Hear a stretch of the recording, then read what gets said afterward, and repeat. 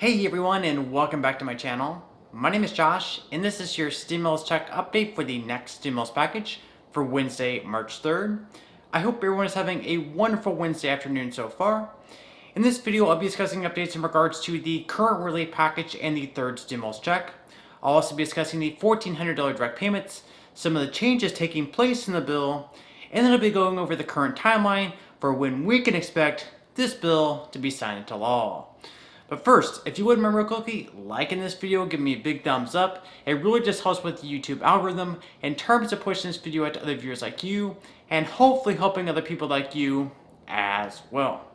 Okay, so just hours before the Senate looks to kick off their debate later tonight, according to Senate Majority Leader Chuck Schumer anyways, Democrats in the Senate have finally struck a deal with President Biden on the final package. Even though most of what was already in the bill had already been agreed on, some of the moderate Democrats in the chamber, such as Joe Manchin and Kyrsten Sinema, had some minor disagreements.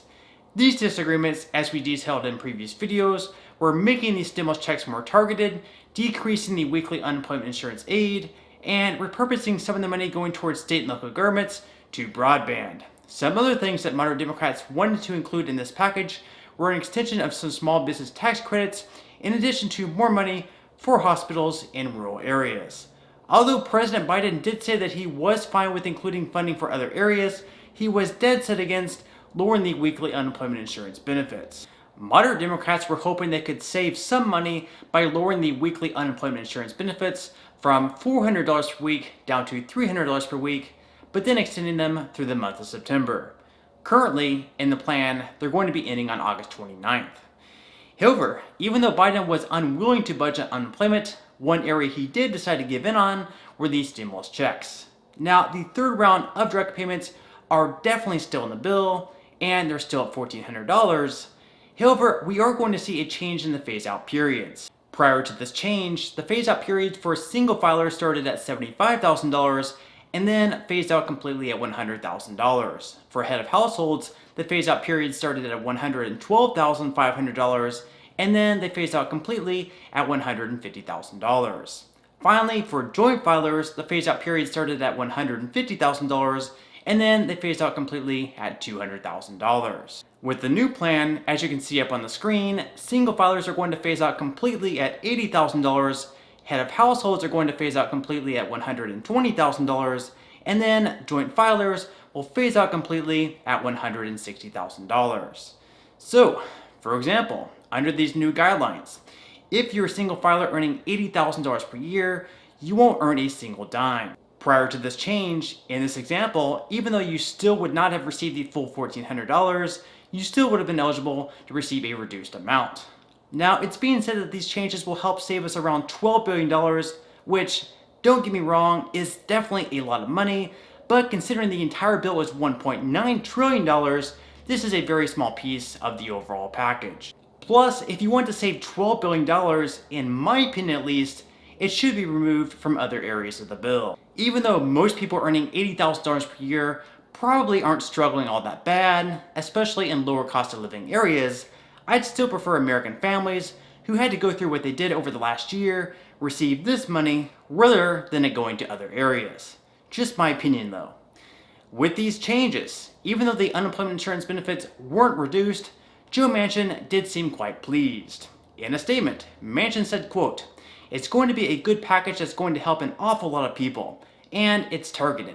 The main thing is, it's targeted to get to people in need." I guess my fear here is that even though we are going to be saving some money here, people in higher cost of living areas such as San Francisco are going to miss out on receiving anything because of lowering the phase-out periods. Of course, once this bill goes through debate and through the vote-a-ramas, it is possible to end up changing it back to where it was, but on that, we'll just have to wait and see. Okay, so as I mentioned earlier in the video, they're still looking to have this bill finalized and on the floor at some point later tonight. After they approve the consideration of the bill, which it is expected that all 50 Democrats will, they'll then jump right into the 20 hours of required debate. After that's finished, they'll dive right into the also beloved vote-a-rama, where an unlimited amount of amendments can be proposed and then voted on. During this, just like the last time, Republicans in the Senate are expected to make it as painful as they possibly can on Democrats by making sure it goes into the late hours of the night. In a statement, Republican Senator Rand Paul said, "I'm hoping for an infinity. There are people talking about trying to set up a schedule and having it go on and on." Senate Majority Leader Mitch McConnell also said he expects the vote-a-rama to go late into the night. Now, it's their hope that the vote-a-rama will take place starting on Thursday night, which, of course, will then run into early morning on Friday. Lots of coffees, I'm sure, will be needed for that one.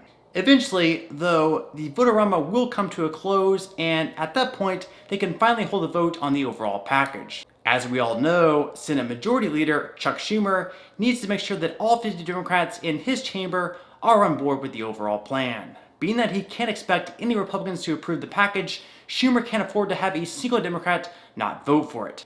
At this point, it seems like the Democrats who were most likely to reject the package in Manchin and Sinema are now fully on board, so we shouldn't expect for there to be any issues going forward.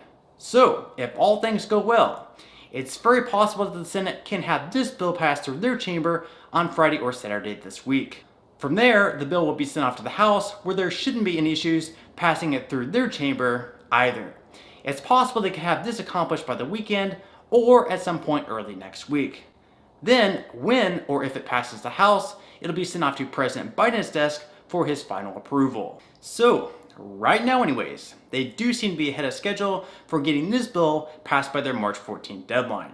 If all goes well and nothing unforeseen takes place, it's very possible that this package could be signed into law by the end of this weekend or at some point early next week.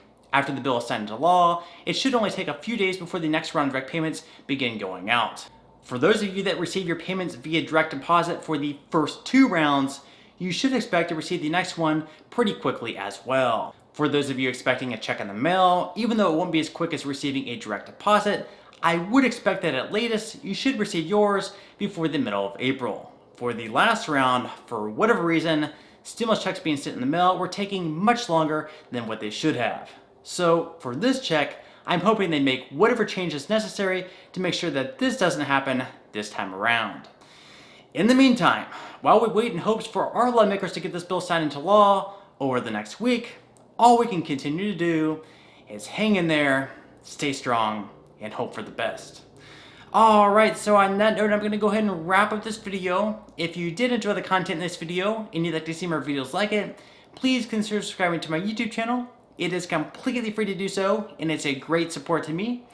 Also, if you'd like to receive 4 free stocks from Webull, with 2 of them valued all the way up to $1,600 each, or 1 free stock from Robinhood, just for signing up and linking your bank account, please feel free to claim those free stocks by clicking the link in the description box below. And finally, if you join Rakuten with my referral link in the description box below and spend at least $20, Rakuten will give you $20 cash back. This means that you can buy an item through Rakuten with one of their referral links, such as Nike, for $20, and Rakuten will give you $20 just for making that purchase. This is just an incredible deal that we'd love for everyone to take advantage of.